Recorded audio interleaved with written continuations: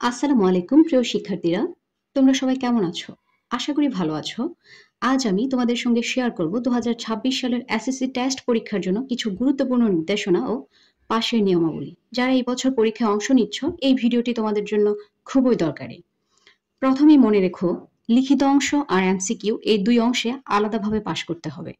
মানে লিখিত অংশে ফেল করলে এমসিকিউ এ ভালো করলেও তুমি পাশ করতে পারবে না। আবার এমসিকিউ এ ফেল করলে লিখিততে ভালো করলেও তুমি অকৃতকার্য হবে।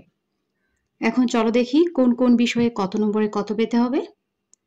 লিখিত অংশে কোনো সাবজেক্টে যদি লিখিত অংশে মোট নম্বর 70 থাকে তাহলে তোমার পাস নম্বর হবে 23, অর্থাৎ লিখিততে মোট নম্বর যদি 70 হয় তোমাকে পাস করতে হলে তোমাকে অবশ্যই 23 নম্বর পেতে হবে। আবার কোনো একটি সাবজেক্টে যদি এমসিকিউ অংশে মোট নম্বর থাকে 30 বা 30, তাহলে তোমাকে পাস করতে হবে, পাস নম্বর হচ্ছে 10, অর্থাৎ তোমাকে 10 পেতে হবে সেই এমসিকিউ অংশে পাস করতে হলে।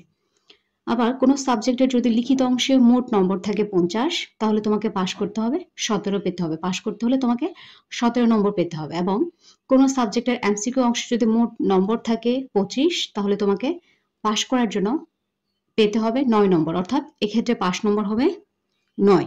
তাই বোর্ডের নির্দেশনা অনুযায়ী প্রতিটা অংশে ন্যূনতম পাস নম্বর অর্জন করতেই হবে। তোমরা অনেকেই জানো গত বছর পাশের হার অনেক কমে গিয়েছিল। তাই শিক্ষা বোর্ড থেকে 2026 সালের জন্য নতুন নির্দেশনা দেওয়া হয়েছে। এখন থেকে অনেক প্রতিষ্ঠান 2 ধাপে টেস্ট পরীক্ষাটা নিয়ে থাকবে।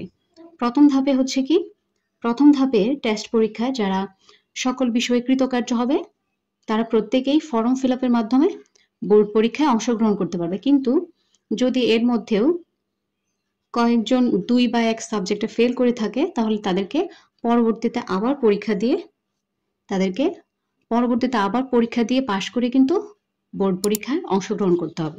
এক্ষেত্রে বোর্ড থেকে এই নির্দেশনা দেওয়া হয়েছে। আশা করি অধিকাংশ প্রতিষ্ঠানই এই নিয়মটি ফলো করবে। তো প্রিয় শিক্ষার্থীরা, তোমাদের নিতে পারো। এক্ষেত্রে আমার কিছু পরামর্শ তোমাদের জন্য। এখন থেকেই সময়কে সঠিকভাবে ব্যবহার করো, অর্থাৎ সময়ের কাজটা সময়ে করো। তোমরা প্রত্যেকটা সাবজেক্ট রুটিন অনুযায়ী পড়াশোনা করার চেষ্টা করো। লিখিত অনুশীলনের পাশাপাশি প্রতিদিন এমসিকিউ প্র্যাকটিস করো। তোমরা রিটেন প্রস্তুতির পাশাপাশি অবশ্যই প্রতিদিন এমসিকিউ গুলো প্র্যাকটিস করবে, কেননা এমসিকিউ এ ফেল করলে কিন্তু তোমরা টোটালি কৃতকার্য হবে না। যেসব বিষয় দুর্বল লাগে সেখানে বেশি সময় দাও।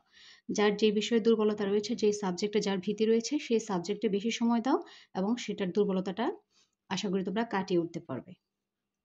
নিয়মিত পুরনো বোর্ড প্রশ্ন ও মডেল টেস্ট সমাধান করো।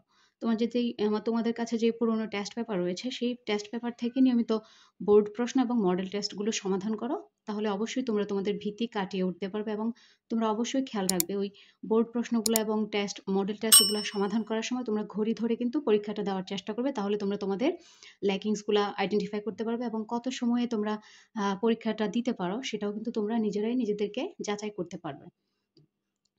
এক্ষেত্রে তোমরা মনে রেখো, practice makes a man perfect, অর্থাৎ যত বেশি অনুশীলন করবে তত বেশি আত্মবিশ্বাসী হবে। এক্ষেত্রে তোমাদের পরীক্ষার ফলাফলটা ভালো হবে।